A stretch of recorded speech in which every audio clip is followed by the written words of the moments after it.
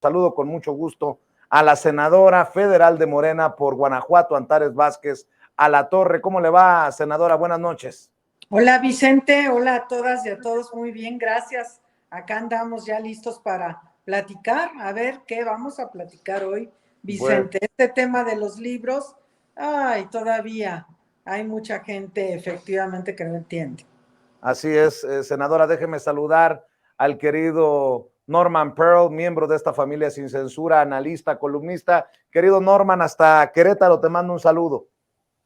Hola Vicente, qué gusto verte, qué gusto que nos escuche la enorme audiencia que cada día se vuelve más grande.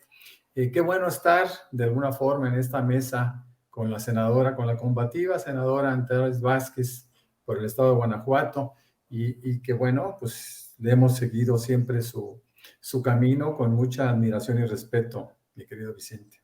Gracias, Norman. También saludo al querido maestro Jaime Hernández, periodista de larga trayectoria, fundador y conductor de su espacio en YouTube, No Apto para Cínicos. Querido Jaime, buenas noches, ¿cómo estás?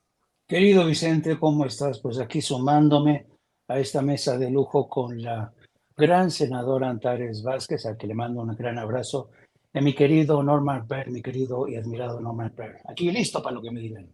A ver, senadora, le toca a usted porque es legisladora de Morena, pero ¿qué piensa de esta señora? A mí en lo particular me sorprendió, como que no me la creía, pero esta señora Adela Ramos, que es diputada federal de Morena por Chiapas, que se suma a esto de no distribuir los libros de texto gratuito, como si no tuviéramos ya suficiente con los Salinas Pliego, con los de la oposición, para tratar de explicarles que no hay nada comunista en los libros, que deberían de leer los libros, en fin. ¿Cómo ve, Antares?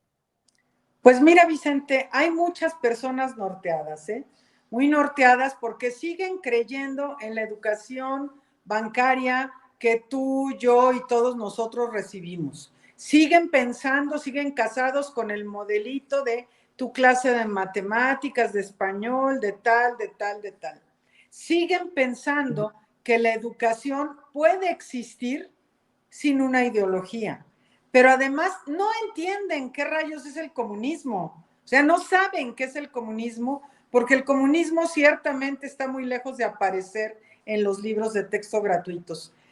Fíjate que hubo un locutor de radio en León que me dijo que sí, que él ya había detectado cosas comunistas, porque en un prólogo de un libro de secundaria que todavía no sale, fíjate nada más, y él sí lo tiene, se menciona un autor ruso que se apellida Makarenko, que es un pedagogo Makarenko ruso de gran connotación que todos los que hemos tenido vínculos con la educación hemos estudiado, los maestros, las maestras, por supuesto, quienes hemos estudiado el ámbito educativo, conocemos a Makarenko. Y resulta que ahora, por eso ya el modelo es comunista. Eso es totalmente falso. Ciertamente hay una ideología que es distinta y contrapuesta a la ideología que tenían los libros de texto anteriores. Es decir, la gente piensa que no había ideología antes, ¿o cómo? ¿De veras creen que hay ideología neutra? No. Si a nosotros nos enseñaron en los últimos 40 años de educación neoliberal que el cambio está en uno mismo, nos enseñaron el echaleganismo, nos enseñaron la meritocracia y un montón de tonterías que nos han llevado a un país que está en una crisis humana muy importante porque la gente no aprendió a trabajar en conjunto, como si se hubiera borrado de la escena que los seres humanos nacimos para la colectividad, que no podemos vivir en ausentes de la sociedad, sino que estamos inmersos en una sociedad y que eso es lo relevante de formar. Yo no sé si esta gente que anda diciendo esas cosas, yo creo que les falta barrio, Vicente, porque hay que recorrer los barrios y las colonias para darse cuenta del daño social que se ha hecho de manera profunda en muchos lugares, por ejemplo en Guanajuato tan violento, que ha tenido que ver con esa educación neoliberal precisamente y que ahora pretendemos rescatar. También me dijo este locutor, no, es que además se la pasan hablando de comunidad. Ah, caray. Y hablar de comunidad resulta que es comunista. Bueno, por favor, para empezar, rescatemos. ¿Era locutor o pendejo? Perdón, No, pues bueno. Perdón, senadora, ya lo dije, Mira, ni modo. El tema es, la gente siempre habla de su comunidad. Por ejemplo, quienes viven en localidades rurales siempre le dicen mi comunidad. Así las conocen la gente en la comunidad de tal, en tal otra comunidad de tal municipio. Así se conocen. Vivimos en comunidades que pueden ser tu colonia, la comunidad educativa, la comunidad de Facebook, de Twitter, en fin. Entonces, ¿cómo va a ser que hablar de comunidad sea comunista? Fueron las dos evidencias que me dieron. Tus amistades, esas horribles que tienes en el Senado, como la señora de los gritos, ya reconoció que ni siquiera los ha leído, pero se lanzó con las críticas. Y además, si no entienden el modelo educativo de la nueva escuela mexicana, no van a entender el sentido de los libros. Ese es un asunto fundamental. Entonces, ¿cómo es posible que las maestras y maestros que participaron en la creación de estos libros de texto, muchos de ellos fueron de los llamados innovadores, que sí se incluyeron sus contenidos en estos libros de texto, saben perfectamente a qué obedece este cambio en los libros de texto? Pero resulta que ahora sí, ya ves que son expertas en todo, esas señoras que asisten en el Senado a veces, pues resulta que ya son expertas también en modelos educativos y en libros de texto gratuitos. Entonces, no tienen idea de qué están hablando. Pues tampoco tiene mucha idea de lo que está hablando, o se hace, con mucho respeto lo digo, la senadora, su colega Beatriz Paredes, porque retomando el título de la columna de esta semana de Norman Pearl, dice: abatir la desigualdad y la pobreza, una proeza histórica incomparable. Bueno, pues Beatriz Paredes con Joaquín López Dóriga volvió a insistir de esto del error histórico que significa Andrés Manuel López Obrador, y ahora resulta que López Obrador llegó porque dejaron de hacer o hicieron las cosas mal en los partidos PRI, PAN, sobre todo. No sé si tengamos por ahí las declaraciones. Sí. Adelante. Gusto verte, querida Beatriz Paredes. Por favor, no te levantes, por favor. Por favor. Siéntate. Siempre. Por favor. Gracias. Beatriz Paredes, precandidata del Frente Opositor a la presidencia de la República. ¿Cómo te fue ahora con este corte que hicieron, como dirán en el golf? Me fue bien. Tuve un número importante de apoyos en los registros, alrededor de 450,000 firmas de apoyo y muy equilibradas, 195,000, casi 200,000 de la sociedad civil que entraron por el link de la sociedad civil, las otras de organizaciones partidistas, de organizaciones diversas. Entonces, mucho equilibrio, y en el debate participamos con interés. Creo que fue un debate que logró abordar algunos de los temas que le preocupan a la ciudadanía. A ver, yo te oí decir, López Obrador es un accidente. No, no es un accidente. ¿Cómo va a ser un accidente? Pues es un accidente porque si no hubiéramos metido la pata quienes tuvimos oportunidades de gobernar, y mira que yo no me deslindo porque formo parte de una corriente histórica. Hay gente que dice, no, pero yo no estaba y no sé cuánto, y yo no estaba, él estaba en Brasil, pero formo parte de una corriente histórica. Si no hubiéramos metido la pata en algunas cosas, seguramente no se hubiera ocurrido ese accidente. Es una consecuencia. Pues fue una... A ver, ni accidente ni metieron la pata, metieron la mano a la alcancía y se robaron un chingatamadral de millones estos priistas que, dice Beatriz Paredes, metieron la pata. Norman Pearl, quiero escuchar tus comentarios, tus reflexiones ante esta señora que es muy descarada. Con tanto priista en el bote, metieron la pata. Ay, pobrecitos, metieron la pata, Norman Pearl, al hablar del accidente histórico que según ellas significó López Obrador? Bueno, es un accidente histórico de varias décadas, ¿no? Y es un accidente histórico que, qué bueno que lo acepta finalmente. No son errores, es algo deliberado, ¿no? Era una forma de vivir, era una forma de hacer política, ¿no? Entonces, bueno, esto no lo podemos tampoco pasar por alto. La gente no lo pasa por alto. Este accidente en la elección de Andrés Manuel López Obrador, pues se da en buena medida por el hartazgo y por otro lado, por una oferta totalmente distinta a lo que se tenía toda la vida. Yo en mi texto acudo a varios lemas de campaña de los últimos 8 presidentes, 9 presidentes antes de nuestro presidente actual, y en todos los casos tú te das cuenta cómo las frases son bastante dispersas, difusas, ¿no? Poco, eso sí, siempre grandilocuentes. Y bueno, pues esto es una de las cosas que la gente ha terminado por identificar, por darse cuenta. Cada día ese accidente se va a acentuar con respecto a las posibilidades del PRI, del PAN y del PRD. Y específicamente hablando del PRI, bueno, se espera inclusive que tenga problemas para poder retener su registro, ¿no? Ya no es fácil aceptar que ellos eventualmente hicieron cosas suficientes para que la gente los considerara. Con respecto a los libros de texto, Vicente, yo solo quería agregar que la historia la escriben los vencedores. Quizá esto pueda parecer muy crudo, ¿no? Pero la historia la escriben los vencedores y en este caso el vencedor fue el pueblo de México. Y es el pueblo de México el que está buscando subrayar eventos históricos, posibilidades científicas.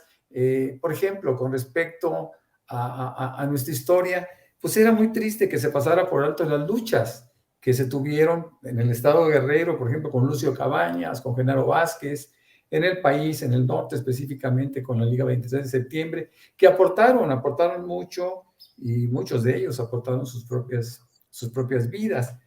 En cuanto al tema de sexualidad, es importante, muy importante que la gente, que los niños, que los jovencitos entiendan cuál es el proceso, cuáles son los riesgos, qué es lo que se debe de observar en cualquier caso, y debe llegar un momento en que para ellos el cuerpo humano resulte algo natural, algo familiar, ¿no? Y no tengan que acudir al morbo para poderlo interpretar.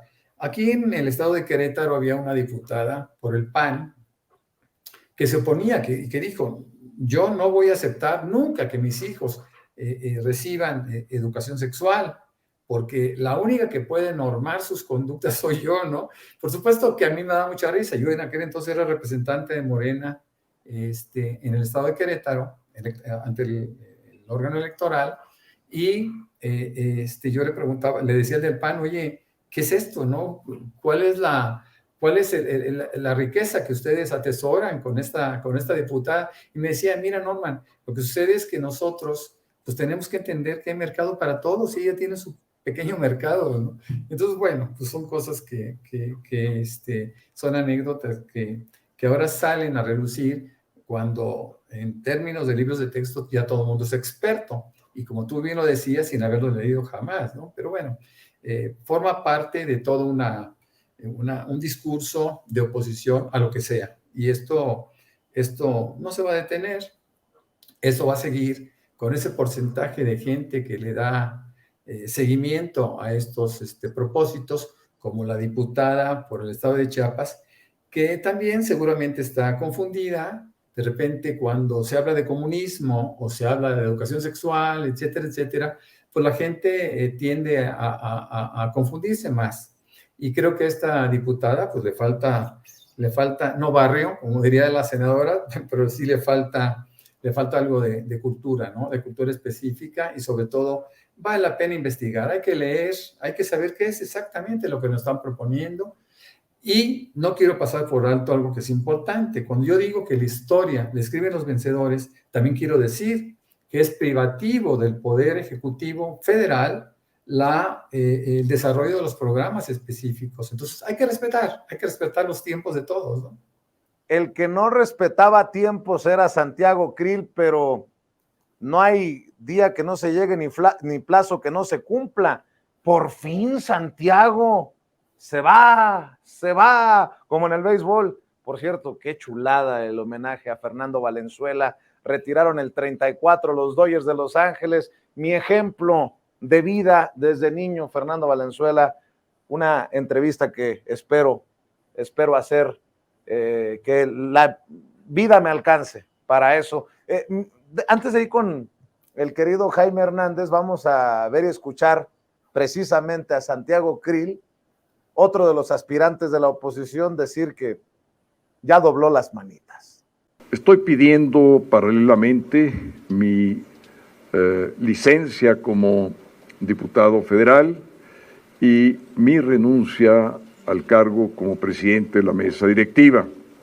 Les informo, y esto es algo nuevo para todas y todos ustedes, les informo que no regresaré a la Cámara de Diputados, que esta licencia será de manera definitiva, y será definitiva porque yo ya tomé la decisión que estas 42 semanas que están por delante quiero estar en la primera línea de defensa de mi patria, de mi querido México. Yo ya tomé... Quiere llorar.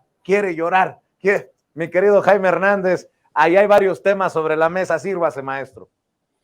Pues a mí, francamente, a mí me encanta a veces escuchar a Santiago Krill, es el maestro de la hipérbole, ¿no?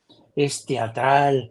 Yo quiero estar en el primer frente de la defensa de mi patria, santo cielo. Está como Mambrú cuando se fue a la guerra, ¿no? Y yo creo que, mira, Santiago Krill no es tonto. Yo te he puesto, querido Vicente, que Santiago Krill, antes de renunciar al cargo, seguramente ya amarró algo, una promesa de una plurinominal. O sea, no se va porque, claro, ya sabemos que Santiago Krill es aquellos que siempre quieren tragar pinole y silbar al mismo tiempo, chiflar y tragar pinole. Siempre son estos aborazados así. Así es que a mí me da mucho gusto que se moje, que demuestre que realmente se va a ir a la trinchera. Ayer me causó una gracia enorme que como uno de sus primeros actos de batalla de estar en la trinchera, estuvo votando a favor del finalista de la Casa de los Famosos en Televisa. Lo vimos ayer muy entusiasmado al señor Santiago Krill votando a favor del finalista. No sabemos si votó a favor de Wendy o no, pero el caso es que estaba muy entretenido él defendiendo a la patria del país, votando en ese espectáculo de la TV basura, ¿no? Así estaba votando por Sergio Mayer. Qué malo eres, Vicente. Por favor. Pues es que también tienen que aprender en Morena. Ya no, Sergio Mayer, Lili Telles, Germán Martínez, la señora esta de Chiapas. Por favor. Pa puras vergüenzas, ¿no? ¿Sabes? Yo cuando estaba viendo todo este debate que se han montado en torno a los libros de texto, de que si el comunismo, el virus, el dogma, que nos, ya cuando nos presentan, según la diputada de Chiapas, que el dogma que tenemos en los libros de texto, dices, hijo, man. Y luego, además, cuando escuchas la entrevista de Beatriz Paredes, tú dices, santo cielo, ¿cómo es posible que una mujer como Beatriz Paredes, que llegó a ser una mujer realmente que tenía algo de empaque intelectual, de repente la ves frente a Joaquín López Dóriga balbuceando, dando tumbos de que sí, vamos a ganar, cometimos algunos errores, cometimos algunas meteduras de pata, y es increíble. Y aquí voy a traer a colación mi educación marxista, porque han de saber que yo sí estudié marxismo y a mí sí me dieron educación marxista. Y conste que no soy comunista ni socialista, pero según el marxismo establece que el cúmulo de contradicciones, son los que hacen que un régimen colapse. Y el cúmulo de contradicciones en los gobiernos del PAN y el PRI fueron los que en 2018 hicieron que más de 30 millones de mexicanos les dieran una patada en el culo. ¿Por qué? Porque la gente ya estaba harta de la robadera, harta de la corrupción. A eso se le llama cúmulo de contradicciones, cúmulo de escándalos, cúmulo de crímenes, cúmulo de injusticia social, cúmulo de robadera en el sistema de salud. Entonces, cuando viene Beatriz Paredes y le dice a Joaquín López Dóriga, no, es que metimos la pata en una y otra cosa, tú dices, Dios mío, qué triste ver a esta mujer que apuntaba en otra dirección. Ya ves que la decadencia del PRI pues está ahí, le pasa como Porfirio Muñoz Ledo, le pasa como todo esto, que terminan realmente convertidos en piltrafas humanas, nada de carga intelectual, nada que ver con una persona como mi querida y admirada Antares Vázquez, que les mete unas revolcadas, por eso es tan fácil darles esas revolcadas que les hace, que les da Antares Vázquez. A mí me encanta la forma como Antares Vázquez sale a la tribuna y con 2, 3 movimientos los neutraliza. Yo creo que esta gente, la clase del PRI y el PAN, han dado de sí, han dado muestra también de un empobrecimiento intelectual, realmente un deterioro moral. Ya la gente en México, los ciudadanos, ya no los aguantan y creen que se pueden reciclar. En una entrevista con Joaquín López Dóriga, en la que diga, sí, metimos la pata y por eso ya me van a reelegir. Esa fue toda la autocrítica capaz, de la que es capaz Beatriz Paredes. No. Así es que yo creo, lo veo el panorama muy duro para Santiago Krill. Vamos a ver cómo le va en la primera trinchera de batalla, querido Vicente, querido Norman y querida Antares. Y por cierto, dicen los que saben que hay preocupación en el PRI porque ya están pensando en la siguiente ronda y no ven cómo pueda pasar a la siguiente ronda ni Beatriz Paredes ni el Junior Enrique de la Madrid. Y por cierto, no se vaya a reír, senadora, pero a mí se me hace que aquella vez que agarraron dormido en el Senado a Dante Delgado, el gerente de Movimiento Ciudadano, estaba soñando de tal manera que se traumó, porque sigue soñando. Dice Dante Delgado que su partido es quien le ganará a Morena en el 2024, que no se va a unir al Frente Amplio por México, pero dice, en Movimiento Ciudadano podemos ganar la presidencia de la República. Escucho su análisis, sus comentarios en esta vuelta final de la mesa de diálogo, Antares. Pues ¿con qué, Vicente? Las elecciones se ganan con votos. Y tú dime el histórico de Movimiento Ciudadano. El hit de Movimiento Ciudadano cuando se llamaba Convergencia era Andrés Manuel López Obrador, y la furia tiene que ver con eso. No hay forma. Nada más que él está apostando a ir ganando menudencias, pues, a irse posicionando como si fuera, es que estos, mira, tienen el rollo. En realidad son el pan naranja, porque son igual de conservadores que los panistas, pero son estos los progres, ¿no? Ellos traen sus cuestiones progres, muy en favor de la comunidad LGBTI, de apariencia únicamente, porque en realidad no, y traen temas ambientales y rollos que ellos creen que a los jóvenes les interesan. Nada más que, pues dice que los jóvenes van a ganar la elección, estoy de acuerdo, nada más que los jóvenes están en Morena. Es decir, los jóvenes y que están en Movimiento Ciudadano, pero si, hola señor, ya tiene sus años y está bien que la gente tenga sus años. ¡Ya jubílese, don Dante! Sí, porque además está al borde del infarto. Mira, ahí en el Senado lo hemos visto varias veces así al borde de la desesperación, de la histeria y del infarto.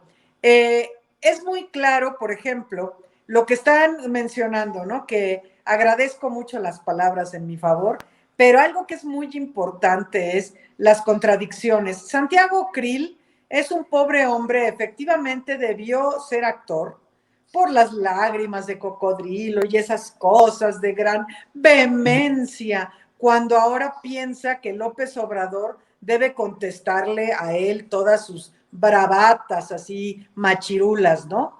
Está muy mal el señor. Y hoy dijo que esta nueva presidenta que va a tomar posesión ahora hace historia porque será la primera mesa directiva de puras mujeres. Ay, señor, pues iba a durar 15 días nada más 15 días, porque a partir del 1 de septiembre ya entra una nueva mesa directiva. Entonces, ay, por favor, vaciladitas de sus victorias pírricas, si así se les puede llamar, ¿no?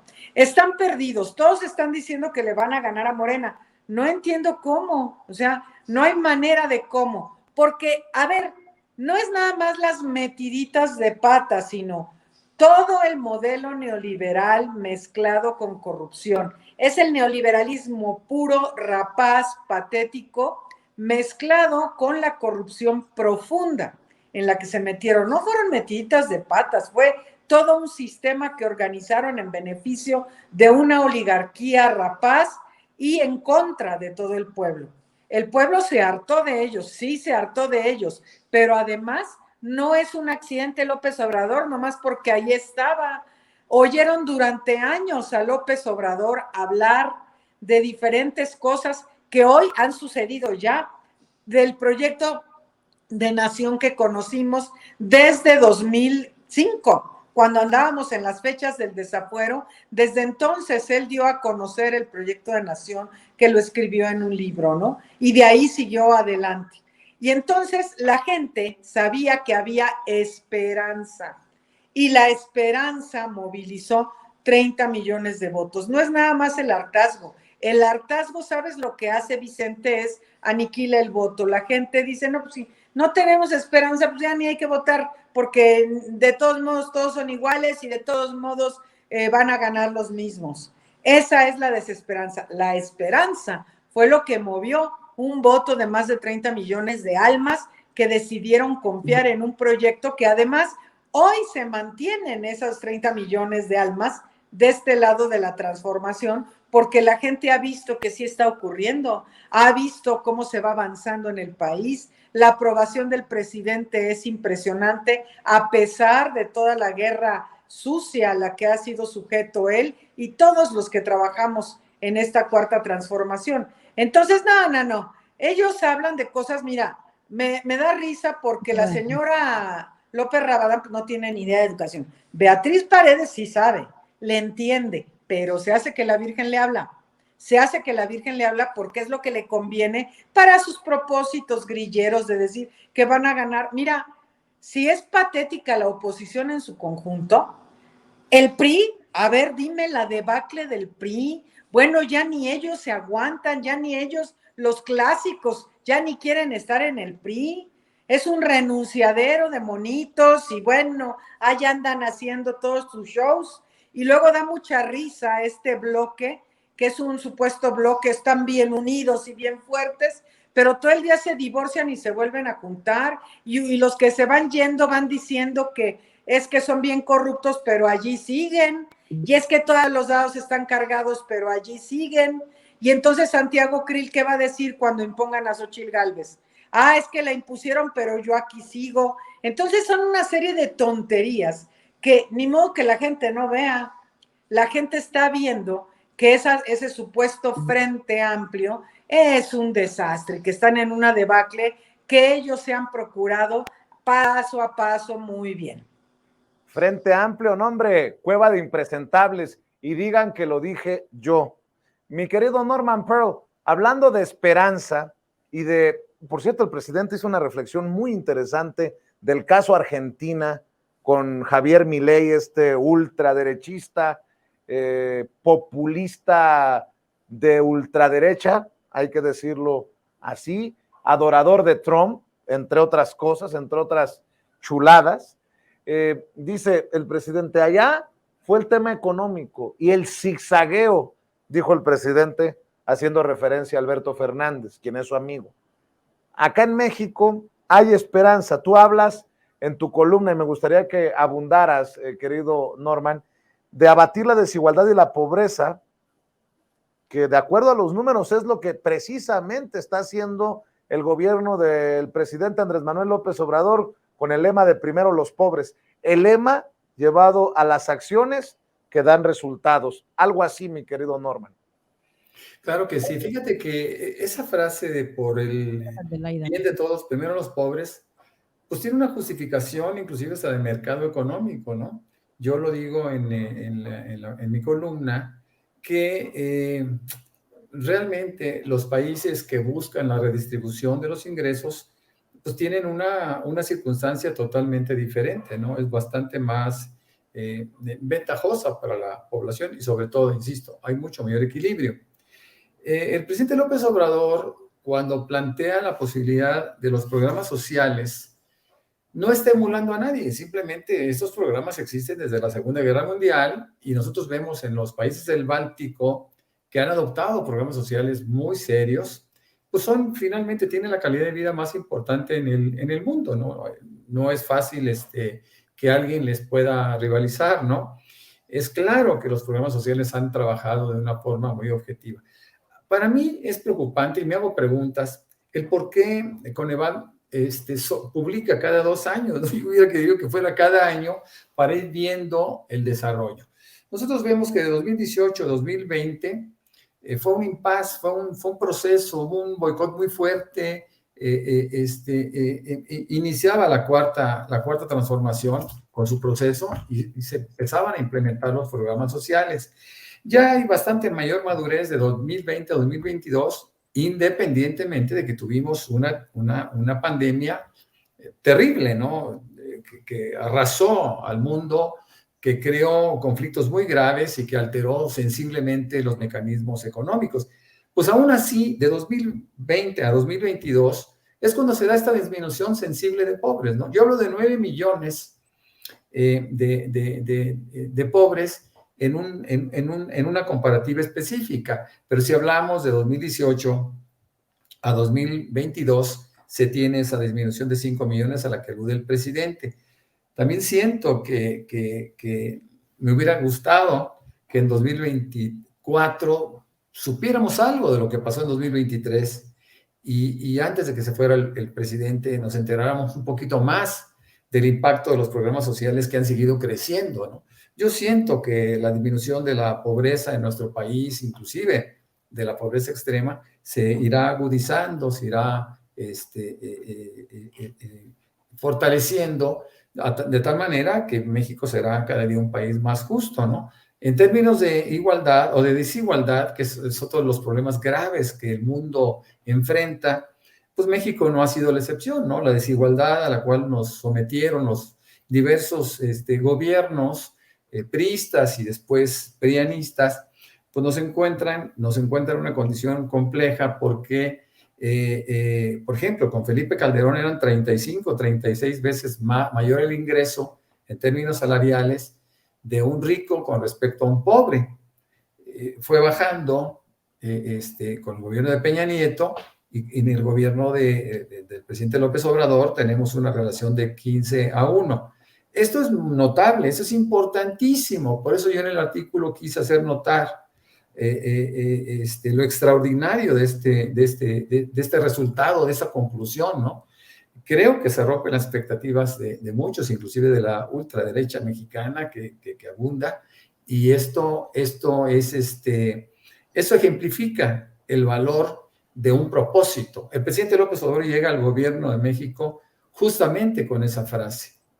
Por el bien de todos, primero los pobres. Y ahora nos damos cuenta, yo lo sabía desde un principio, desde una óptica empresarial, que todo el mundo nos íbamos a beneficiar, porque los pobres, a través de los programas sociales, están impactando de una forma dramática la economía, los mercados de consumo, ¿no? La capacidad de consumo ha crecido y con ella ha crecido pues el bienestar de las poblaciones más abandonadas.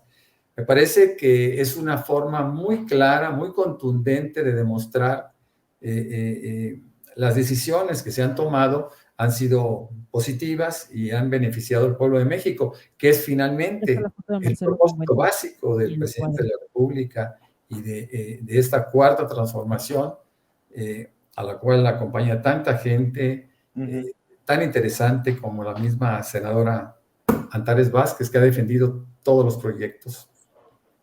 Para ir con Jaime, grábenme, muchachos. Me han apasionadamente criticado por retomar las declaraciones de Adán Augusto López Hernández, el exsecretario de Gobernación, quien defiende hoy en sus recorridos los libros de texto gratuitos, quien lee incluso fragmentos de los libros de texto gratuitos. Sí, está bien. ¿Quieren ver qué subió a Twitter o al ex de Elon Musk, Marcelo Ebrard? Digo, para comparar, ¿no? Mientras Adán Augusto López Hernández anda defendiendo los libros de texto gratuitos, con mucho respeto, pero hace 5 minutos, vean lo que subió Marcelo Ebrard. Felicidades, Wendy. La foto con Wendy Guevara, la ganadora de la casa de los babos, perdón, de los famosos en Televisa. No, hombre, qué chulada. Qué chulada. Perdón si a los seguidores, a los simpatizantes de Marcelo le presto más atención a la defensa de los libros de texto gratuitos y no esta fotografía, pues con mucho respeto para los millones de mexicanos que votaron por Wendy Guevara. Saludos a Wendy Guevara, por cierto, no tiene nada que ver con Wendy, es cosa política y es sobre Marcelo Ebrard. Pero bueno, mi querido Jaime, pregunta, ¿es Ricardo Salinas Pliego el Milei mexicano? Me refiero a Javier Milei, este populista de ultraderecha que gana la primera vuelta de las elecciones, van a segunda vuelta y podría gobernar Argentina, la boca se me haga chicharrón, pero habla de un resurgimiento en algunas partes de la ultraderecha. ¿Es Ricardo Salinas Pliego el Milei o podría convertirse en el Milei de México, entendiendo lo absurdo en ocasiones de su ataque a la senadora, secretaria general de Morena, Citlali Hernández? Grotesco lo que hace Ricardo Salinas Pliego, pero además nos mienta la madre, nos amenaza, y digo nos porque también me incluye a mí en su lista negra. ¿Qué piensas, Jaime, de esta ultraderecha que aplaude lo que ocurre ayer en Argentina, que afortunadamente no tiene una buena jornada en España hace unos días, pero que está al acecho, si me permiten la expresión, en México y en Estados Unidos? Jaime, te escucho. Mira, es muy interesante y muy provocadora tu pregunta, muy provocadora.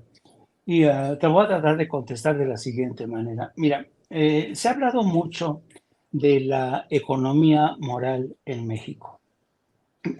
Vamos a empezar por el contexto y por qué estoy convencido que un personaje como Ricardo Salinas no podría tener el éxito que ha tenido la extrema derecha en Argentina. El mexicano se ha dado cuenta que por primera vez en la vida tiene a un presidente que ha conseguido rescatar de la pobreza casi 9 millones de mexicanos, ¿no? Pero hay que también decir que el rescate de esos pobres también ha llevado consigo la solidaridad enorme de los mexicanos que viven en Estados Unidos. Es decir, por eso la economía moral de México. Yo encuentro que, a diferencia de Argentina, en México tenemos un concepto completamente distinto de lo que es la familia, la solidaridad, el amor por la patria. Nuestros paisanos en Estados Unidos, Vicente, a ti te consta, quieren a su país, quieren a su gente. Es muy distinto de los argentinos, que tú ves que en medio de esta crisis tan brutal que tienen, están huyendo despavoridos. Se van a Europa, se van a Estados Unidos y no voltean hacia atrás. Cuando los mexicanos se van al extranjero, siguen mirando hacia atrás y se solidarizan con sus familiares, con su país, con las causas, con su solidaridad. Entonces, un personaje como Ricardo Salinas no tiene lugar ya en ese contexto. Los mexicanos no tendríamos el estómago para aguantar, para digerir a un personaje que es soez, que es misógino, que además sabemos todos que es un tipo que es insolidario, hasta la infamia, porque se niega a pagar los impuestos que tiene la obligación de pagar. Se lanza contra una representante política, una mujer inteligente, muy inteligente, que por fortuna ha sabido resistir el embate de este miserable. Entonces, es muy distinto. El tejido social de México es completamente distinto al argentino. Ricardo Salinas no tendría ninguna oportunidad y además hay un elemento adicional. Y esto seguramente se encargarán de escribir los analistas, los especialistas, los académicos en el futuro. Yo encuentro que el modelo impuesto por Andrés Manuel López Obrador es un modelo económico que se sale de todas las recetas, de todos los estándares. Es un hombre que, a pesar de que dicen que es comunista y socialista, lo que han dicho, es un hombre que ha jugado con las reglas del libre mercado, con las reglas del libre mercado, pero poniéndole las reglas y los límites que marca el Estado y dándole un nuevo sentido, porque hay inversiones que superan hoy récords en México. Si tuviéramos un presidente que no le gustara el libre mercado, no habría ese nivel de inversiones, ¿no? Luego, tenemos a un presidente que respeta acuerdos, contratos, es decir, el presidente sabe que es imposible que pueda convertirse a México en un país comunista o socialista por la sencilla razón de que vivimos al lado de la primera potencia mundial, que es Estados Unidos, que es capitalista, ¿no? Yo creo que México es un país que en muchos sentidos está dando unas lecciones impresionantes. Yo creo que lo que ha hecho López Obrador, nadie se lo esperaba. Nadie esperaba que con todos los recursos que administraba el Estado mexicano bajo Calderón, Fox o Enrique Peña Nieto, nadie creía que López Obrador iba a ser capaz de, 1, atender a los pobres y desvalidos, 2, apostar por una política keynesiana, neokeynesiana, de invertir en infraestructura, con aeropuertos, con trenes, en fin, con una infraestructura impresionante. Para mí, López Obrador es una de las figuras que han deslumbrado en muchos sentidos a los analistas, a los expertos del Fondo Monetario, del Banco Mundial. Mira, te voy a poner un ejemplo para ver si me doy a entender. Actualmente, cualquiera que sea el director del Fondo Monetario Internacional, del Banco Mundial, cuando hace su contrato, los directores del FMI y del Banco Mundial les dicen en el contrato: usted no puede viajar en avión tiene que viajar en avión primera clase. Todo, y el Fondo Monetario lo paga. Tiene que vestirse con la mejor ropa de marca. No puede usted andar mal vestido. Tiene unos salarios, un seguro. Es decir, usted tiene que reflejar el estatus de la gente rica y poderosa. Esa es la gente del fondo y está en los contratos. Bueno, el presidente llega a Palacio Nacional y en lugar de adscribirse a esos contratos de lujo de que viajar en primera plana, en primera clase o con aviones súper lujosos, se agarra su cochecito, el presidente viaja en primera clase, el presidente recorre el país sobre el terreno y entonces dices, bueno, ¿qué es ¿no? Es un heterodoxo. ¿De dónde nos salió este tipo que ha hecho que México florezca en medio de una de las peores crisis económicas que han llegado con la pandemia, la guerra en Ucrania? Y entonces yo estoy seguro, querido Vicente, que el caso de Andrés Manuel va a ser motivo de estudio. Así es que yo creo que lo van a tener muy difíciles aquellos que crean que realmente la respuesta para México, como lo cree Lili Telles, es líneas ideológicas como la de Vox, que no tienen cabida en este país, y mucho menos la tendencia de Ricardo Salinas. México no es Argentina, como Argentina tampoco puede ser México. Digo, a lo mejor me equivoco, pero creo que conozco más o menos a mi gente y creo que la extrema derecha lo va a tener muy, muy complicado para hacerse con una cuota de poder importante en México. Yo lo único que digo para cerrar, grábenme, muchachos. el gran error sería subestimar al enemigo, por pequeño que éste parezca. Me refiero políticamente hablando, es obvio, ¿no? ¿Por qué? Porque ahí tenemos a un Gabriel Cuadri que quisiera ser el Javier Milei de México. Dice Gabriel Cuadri, el que quisiera desaparecer del mapa a Oaxaca, Chiapas y a Guerrero. La verdad, Milei desde Argentina puede ser un parteaguas para América Latina si logra conjugar la libertad, la economía de mercado y un Estado esbelto con la creación de bienes públicos vitales, entre ellos destacadamente ambientales. Eso por un lado. Le decía Ricardo Salinas Pliego, pero ahí está Eduardo Verástegui. Mire. Todavía no está. No es que esté medio loquito yo, pero el tiempo me dará la razón. ¿Se acuerda de aquella convención CIPAC en México el año pasado? Que el presidente dijo, yo no la voy a detener. Se reunieron los Bolsonaro, Donald Trump, estaba Eduardo Verástegui, al que Trump está empujando como su candidato a la presidencia de México. Ahí, en ese evento del CIPAC, esta convención ultraconservadora, estaba Javier Milei.